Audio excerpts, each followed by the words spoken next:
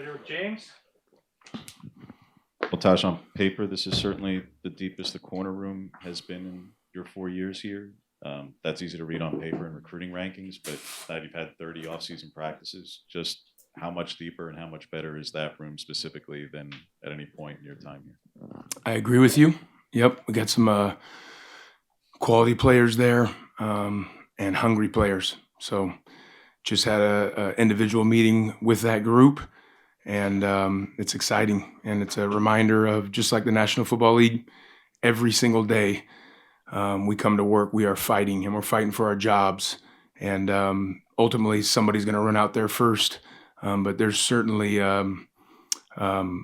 my plan and our plan is to have a healthy rotation going in that position, and a reset competition every single week of who runs out there first. No different than one season ago. We had 2 quality corners start last season, and the second week somebody else started that did the first week. So at all positions, that's how it's going to be treated. But pleased with where that group is right now. And then especially based off of this last scrimmage, specifically in the red zone, plenty of stuff for us to clean up there at the position as well. Right on the right, Zach. Brandon Finny is someone who's been garnering a lot of buzz this fall. What have you kind of seen from him, his growth through camp? He's has really gained some confidence as he's gotten a lot more comfortable with the system. I think he's highly benefiting from being an early enrollee and coming in and now really being a part of what we call phase 5, the off season all the way into camp. And it's really cool to see, including yesterday at the Jaqua Ranch. He's on the stage singing multiple songs. Haven't heard him speak a whole lot. And, I felt like he was a bona fide artist. On the right, Chris. That outside linebacker group, beyond Mateo and beyond Tatum, who do you see has been really stepping up this fall and really improved from last year?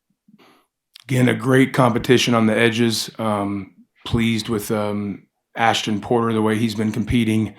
Nas, is different. He's got a different juice, as we know, in the recruiting, and that has stood true now.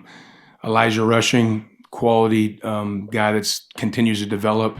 Arguably played the best in this last scrimmage, when you compare everybody in the group. So, but again, just we've been fortunate to get a lot of reps out of these guys, have a great camp, and maintain our health there, and going to continue to progress and challenge those guys. Right now, someone right out.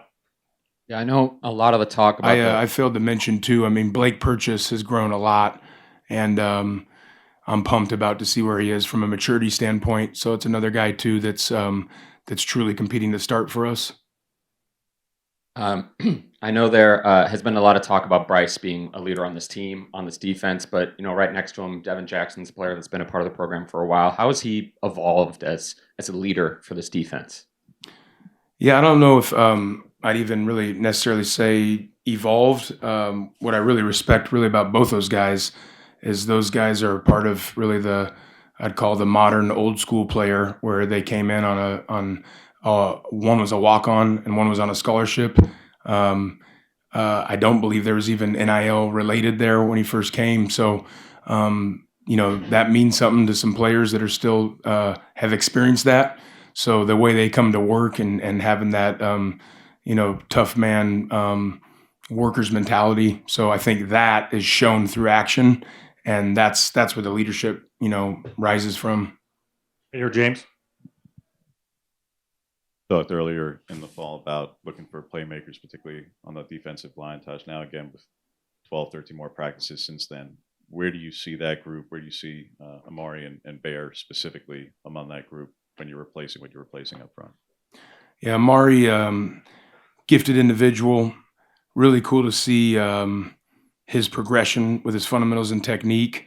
The challenge to him is just constantly challenge him of how important it is to, at his weight, is his conditioning, and that'll be critical for his success, this year and in his future. So right now, if he continues the trend that he's on, he's a special player.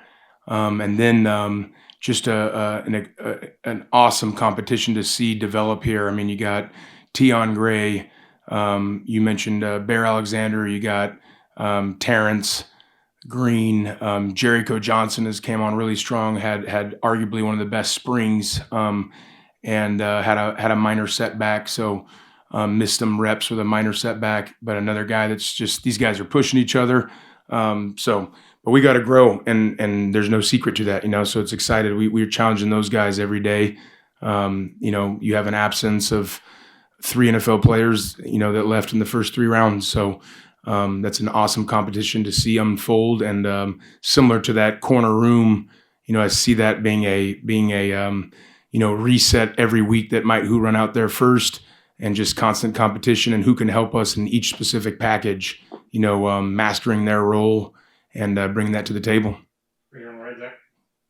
We talked a couple weeks ago about Toby. With someone with so little football experience, I'm curious what you've seen from him just in the past couple of weeks as far as his growth and development. Toby had his best block, referred to it as a block, this last week building into the scrimmage. And what I love of what's occurring right now, he's playing hard and physical. So we want that first, and then we're going to get the alignments and assignments down. And so it's cool to see some growth there in this last week. And I haven't evaluated the film today, so we'll see if that stands true today. But that's what's been cool to see about him, answering that bell of just playing at the with some relentless effort that we're requiring. Back right, Jack. Just going from the spring game to here with the start of the season a little less than 2 full weeks away, what's the biggest area of improvement that you've seen from the defense, and what's the biggest area of emphasis as we get closer to week 1? Yeah, I don't know if there's some specific improvement to really truly test yet. So we'll find out pretty soon here. Our goals are to stop the run at even a much higher standard than the way we finished. Again, we finished our rivalry game after game, I think that was 12, and we were near where we want to be as a top 10 defense in that category, and then gave up way too many rushing yards in the postseason, to get our yards per carry way up. So that's one, immediately addressing that if we're going to be the defense and the team that we want to be, we got to stop the run. And then our red zone efficiency is what we're trying to attack. Scrimmage 1 did an elite job at that. So it's really cool to see that, both those categories of improvement. And the offense certainly got after us in the red zone a week ago. So it was, we had to readdress that of, this is, if there was one major difference is, a week ago, in our game 1, we either stopped them, got a turnover, or forced field goals, as opposed to this last week where we gave up too many touchdowns in that area. So red zone efficiency, decreasing the amount of touchdowns, getting stops and forcing field goals there. And then our yards per run is what we're attacking, holistically every day. Right here, Aaron. You talked earlier about the secondary. How much has Dylan's presence and leadership taken hold back there? Dylan's impressive, thankful to have him. He's a lead by action individual. But he's a detailed individual. So he's the essence of attacking details. And if something is unclear, or perhaps I haven't coached it well enough, or whatever it is, he's going to ask, whether he's calling you, texting you, or ask you after practice or in between a drill, or and I love that about him. So he's coming on strong here, and once again, some great young players pushing. And we've done a lot of dual training, in that room. Coach Hampton has done an awesome job with those guys, and Coach Boyd, and from playing our nickel position, what we call the star, boundary safety, field safety, and then even some stuff with our dime and corner, even rotating through that room. And that's a special thing when you can do that. So really cool to move those guys around and challenge them there. And he's one of those guys that's been dual trained in multiple positions. Right here, Jared. You and Dan have been complimentary of Ashton, and you mentioned him previously today. Just where have you seen him grow the most over these last couple of months, and just what do you think his role could be this year on the defensive line? He's became more of a productive rusher. He's a guy that's plays both inside and outside. He offers some of that versatility, and to do that, you better be tough and you better be physical. And Ashton certainly is. He's put on some solid weight, some muscle mass. He's competed, with his body comp to put on the right kind of weight. So he feels more comfortable now doing both, rushing inside and outside instead of just outside.